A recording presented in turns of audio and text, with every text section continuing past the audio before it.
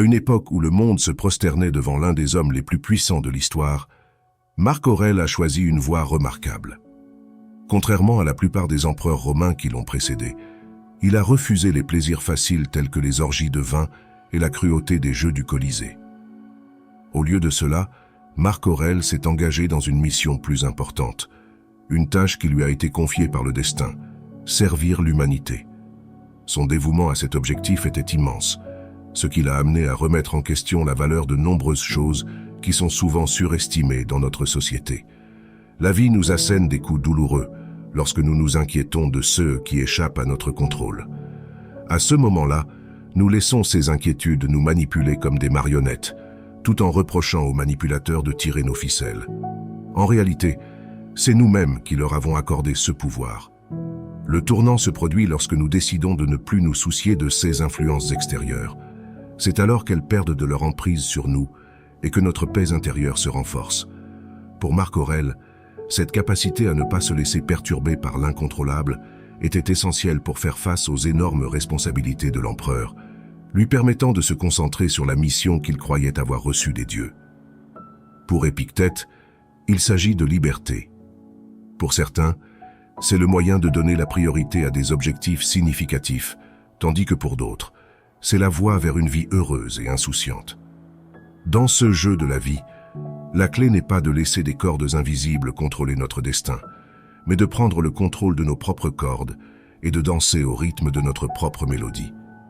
Lorsque la vie nous lance des défis et que la douleur est présente, la question cruciale qui se pose est la suivante. Dans quel domaine devons-nous laisser tomber nos soucis et comment pouvons-nous le faire? Cette vidéo est une exploration passionnée et une interprétation créative de la philosophie de Marc Aurèle, qui nous apprend à moins apprécier ce qui ne mérite pas notre investissement émotionnel. Comme il l'exprime dans ses célèbres méditations, l'empereur romain établit une distinction claire entre le présent, le passé et l'avenir.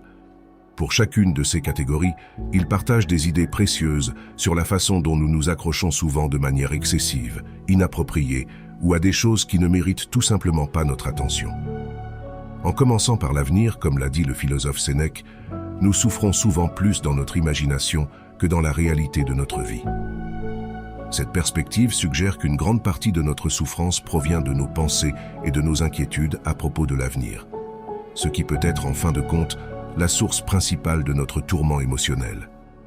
Par conséquent, la clé pour soulager cette douleur consiste à comprendre comment nos attentes et nos angoisses à propos de ce qui est encore à venir peuvent nous nuire, et à partir de cette compréhension, à apprendre à nous libérer de ces liens imaginaires. Lorsqu'il s'agit de l'avenir, notre imagination a tendance à s'emballer, inventant d'innombrables scénarios sur ce qui pourrait arriver, mais qui n'arrivera probablement jamais. Par anticipation, nous réfléchissons aux moyens de faire face aux résultats possibles, tout en tremblant à l'idée de ne pas savoir à quoi ressemblera l'avenir ou comment les choses se dérouleront dans notre vie. Dans certains cas, ce qui arrive correspond à ce que nous avions prévu. Mais dans de nombreux autres cas, le destin nous surprend en nous infligeant des événements que nous n'aurions pas pu prévoir, qu'ils soient meilleurs ou pires. Il arrive que la réalité corresponde à nos attentes, mais dans bien d'autres cas, le destin nous surprend par des événements que nous n'aurions pas pu prévoir, qu'ils soient agréables ou douloureux. Par exemple, après des années de planification minutieuse, notre retraite peut être brusquement reportée, ou le diagnostic d'une maladie grave peut ne nous laisser que quelques mois à vivre. Nous nous demandons, et si la Troisième Guerre mondiale éclatait? Ou, et si je perdais tout mon argent? Ces pensées nous font souffrir, car nous nous occupons de possibilités qui, bien que réelles, échappent à notre contrôle immédiat. En réalité, tant que ces événements ne se produisent pas dans le présent, nous n'avons pas les moyens d'y faire face. Ils ne résident que dans nos pensées, pas dans la réalité tangible. S'inquiéter à l'avance de ce qui pourrait arriver revient à lutter contre des ombres, une activité qui nous éloigne de la véritable expérience de la vie dans le moment présent. La question que nous pose Marc Aurèle est donc la suivante. Cela vaut-il la peine de laisser des inquiétudes imaginaires sur l'avenir nous voler la paix et le bonheur dans le présent? Lorsque nous nous préoccupons trop des événements futurs, la vie finit par nous faire souffrir, car nous les subissons dans notre imagination, les laissant dicter notre présent. Qu'a donc dit Marc Aurèle sur le fait de trop se préoccuper de l'avenir? Tout d'abord, considérons la citation suivante. Ne te laisse jamais troubler par l'avenir. Tu l'affronteras si nécessaire avec les mêmes armes de la raison que l'ère d'aujourd'hui. Il a souligné que s'il pouvait faire face au présent, il pouvait aussi faire face à l'avenir. Il s'est dit qu'il ne fallait pas imaginer toutes les choses terribles qui pourraient arriver, mais qu'il fallait s'occuper de la situation que l'on vit maintenant. En se concentrant sur le présent, il s'est rendu compte qu'il pouvait le supporter. Et si c'était le cas, pourquoi ne serait-il pas capable de faire face à ce qui est encore à venir? Cette attitude s'apparente à l'idée du mors fati, l'amour du destin, mais fortifié par la confiance que nous sommes capables de le traverser. Le passé, Marcos Aurèle l'a rappelé, s'est rapidement écoulé et disparaît dans l'infini, hors de notre portée. Le passé, tout comme l'avenir, est un domaine dans lequel nous ne pouvons pas agir. Ce qui est passé, et à moins d'inventer une machine à remonter le temps, nous ne pouvons rien y changer. Marc Aurèle a dit « Souvenez-vous que l'homme ne vit que dans le présent, dans cet instant fugace. Tout le reste de sa vie est passé et disparu ou n'a pas encore été révélé. La vie de l'homme est donc agréable et le coin de terre où il habite est très petit. Malgré les 3 tests de notre vie, qui ne se déroulent que dans le moment présent, nous sommes souvent excessivement occupés par les domaines qui sont en dehors du présent, à savoir l'avenir et le passé. Marc Aurèle a souligné que le passé ne signifie rien et est indifférent. Dans le présent, ce n'est pas que les événements passés n'influencent pas le présent, ou que nous ne pouvons pas apprendre des événements passés. C'est simplement que nous ne pouvons pas agir sur le passé, car il est hors de notre portée, et nos souvenirs du passé sont souvent brouillés. Les moyens de vérifier ce qui s'est exactement passé sont limités. Nous nous appuyons sur des souvenirs issus de perspectives personnelles et de points de vue différents. Le passé n'est donc pas seulement hors de portée. Les souvenirs que nous en gardons risquent d'être inexacts. En fait, beaucoup d'entre nous continuent à s'intéresser de près aux événements passés, les repassant sans cesse dans leur esprit, comme si le fait de revivre la douleur pouvait d'une manière ou d'une autre nous donner un certain contrôle sur ce qui s'est passé auparavant. Il s'agit toutefois d'une illusion dangereuse. Le passé est une histoire close, un chapitre terminé qui ne peut être ni réécrit ni modifié. Des expressions telles que « j'aurais aimé faire les choses différemment » nous traversent souvent l'esprit, mais ces souhaits sont inutiles, car ils évoquent des désirs que nous ne pourrons jamais satisfaire. Le passé est immuable, et toute tentative de le contrôler est donc vaine. Le point de vue de Marc Aurèle sur le passé est révélateur.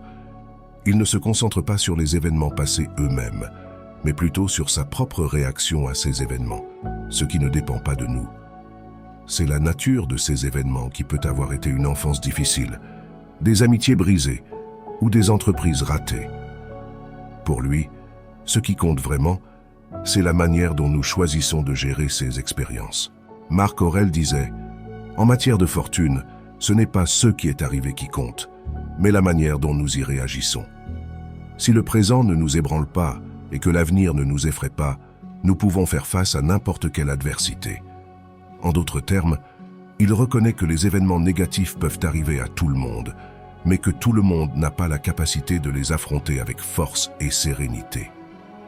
La clé réside dans notre attitude et notre résilience face à ce qui s'est déjà produit. En reconnaissant que le passé ne nous définit pas, mais que c'est la manière dont nous choisissons d'y faire face qui détermine notre véritable force, Marc Aurèle nous invite à réfléchir profondément à ces questions. Il affirme que ce qui s'est passé dans le passé ne nous empêche pas d'agir de manière juste, généreuse, autodisciplinée, raisonnable, prudente, honnête, humble et sincère, et de manifester toutes les autres qualités qui permettent à la vraie nature d'une personne de s'épanouir. En d'autres termes, indépendamment de ce qui s'est passé, nous avons toujours la capacité d'être vertueux et d'adhérer aux principes qui font de nous de meilleurs êtres humains. Il est intéressant de noter que Marc Aurèle ne néglige pas complètement la valeur du passé. Il le considère comme un cycle où les choses vont et viennent, se répètent, ce qui nous permet d'extrapoler dans l'avenir. Au lieu de s'enfermer dans les liens du passé, il nous encourage à en tirer des leçons, à reconnaître les schémas qui se répètent, afin que nous puissions prendre des décisions plus sages et plus conscientes dans le présent, face à l'avenir que nous souhaitons atteindre. En fin de compte, il nous invite à ne pas être esclaves du passé, mais à mettre le présent en nous guidant avec sagesse vers un avenir en accord avec nos valeurs les plus profondes. Marc Aurèle, dans sa sagesse, nous rappelle sans cesse que le moment présent est notre seul champ d'action, le terrain étroit auquel nous avons accès. À partir de ce point de départ, nous pouvons contempler le vaste abîme du passé et l'obscurité impénétrable de l'avenir. Il nous encourage vivement à concentrer nos énergies sur ce qui est sous notre contrôle immédiat, ici et maintenant. Cependant, même lorsque nous nous débarrassons du poids du passé et que nous réduisons nos inquiétudes quant à l'avenir, nous pouvons encore être accaparés par des préoccupations concernant les choses qui se passent dans l'immédiat. Nous nous sentons souvent insatisfaits de la façon dont la vie se déroule dans le présent. Et lorsque les choses ne se déroulent pas comme nous le souhaitons, nous avons tendance à réagir par la colère, la tristesse ou le découragement. Or, selon Marc Aurèle, il est futile de se laisser perturber émotionnellement par ce que le présent nous apporte. Le monde qui nous entoure suit son cours, et cela est indépendant de notre volonté. Ce qui est entre nos mains, c'est la façon dont nous réagissons à ces événements. Nous nous énervons souvent parce que nous n'aimons pas ce qui se passe, ou parce que nos désirs ne sont pas satisfaits. Dans ce contexte, Marc Aurèle nous met en garde contre la futilité de résister à ce qui nous est imposé. Il compare ceux qui luttent contre le présent à des porcs qui, lorsqu'ils sont sacrifiés, donnent des coups de pied écrits en vain. Quelle que soit leur résistance, ils ne peuvent ni prévenir ni prédire l'avenir. Ils ne peuvent pas arrêter la guerre que d'autres veulent mener, prévenir les catastrophes naturelles ou arrêter l'inévitable processus de vieillissement de notre corps. La leçon de Marc Aurèle est donc claire. Accepter le présent tel qu'il est et apprendre à réagir avec sérénité est la clé d'une vie plus équilibrée et plus épanouissante. Au lieu de lutter contre les marées de l'existence, nous pouvons choisir de couler avec elles, en trouvant la force dans l'acceptation et la sérénité dans la sagesse. De la même manière, nous ne pouvons pas forcer le monde à satisfaire nos désirs. Nous n'avons aucune garantie que les personnes qui nous attirent seront également attirées par nous. Et nous ne pouvons pas non plus être sûrs que tous les êtres humains auront les mêmes chances dans la vie. C'est tout simplement impossible. Nous nous mettons en colère parce que nous n'avons pas ce que nous voulons, et nous sommes tristes parce que nous sommes confrontés à ce que nous n'aimons pas. Ainsi, le moment présent devient une chambre de torture dans laquelle nous souffrons à la merci de l'avenir. Ou à l'inverse, nous sommes tellement épris du moment présent que nous nous y accrochons de peur de perdre ce que nous avons. Une fois de plus, nous laissons l'avenir nous contrôler. Mais avec notre implication totale dans tout ce qui nous entoure, fugace et hivernal, nous ne voyons souvent pas ce qui est réellement sous notre contrôle, nos choix, nos actions et nos opinions. Marc Aurèle considérait la loi de la nature comme notre maître. Si nous la fuyons, si nous nous sentons tristes ou en colère, nous ne sommes rien d'autre que des déserteurs et des fugitifs. Nous devrions accepter les voies de la nature, les embrasser, et nous efforcer d'y faire face plutôt que de gaspiller notre énergie à nous dégoûter ou à nous attacher à nos circonstances. Une façon d'accepter le présent, comme il l'a écrit dans le 7 livre de ses méditations, est d'affirmer que nous devrions nous concentrer sur ce que nous avons, et non sur ce qui nous manque. Mais avec prudence, considérez ce que vous n'avez pas comme inexistant. Regardez ce que vous avez, les choses auxquelles vous tenez le plus, et pensez à quel point vous voudriez les avoir si elles n'étaient pas là. Mais attention, ne vous sentez pas trop satisfait. Il n'est pas toujours facile d'accepter les circonstances, surtout lorsque la vie nous met constamment au défi, comme si elle nous donnait des citrons à tout bout de champ. Dans ces moments-là, beaucoup d'entre nous se demandent « on ne peut pas faire une pause ». Mais pour Marc Aurèle, l'adversité et les problèmes ne sont pas des excuses pour se comporter comme des porcs en résistant et en se plaignant. Au contraire, il affirme que ces situations sont de précieuses occasions de pratiquer la vertu, d'appliquer les principes de la philosophie stoïcienne dans notre vie. L'art de vivre ne dépend pas du caractère extraordinaire ou chanceux de nos circonstances extérieures, car celles-ci sont changeantes, fragiles, éphémères et en fin de compte indépendantes de notre volonté. L'essentiel réside dans la manière dont nous faisons face aux événements qui se présentent à nous. C'est sur cela que nous devons nous concentrer et investir nos efforts. Nous devons saisir cette opportunité à bras le corps, quelle que soit notre situation physique, émotionnelle ou financière. Nous devons nous efforcer de vivre le présent de la meilleure façon possible. Nous devons commencer le changement là où nous sommes, avec ceux que nous avons en main.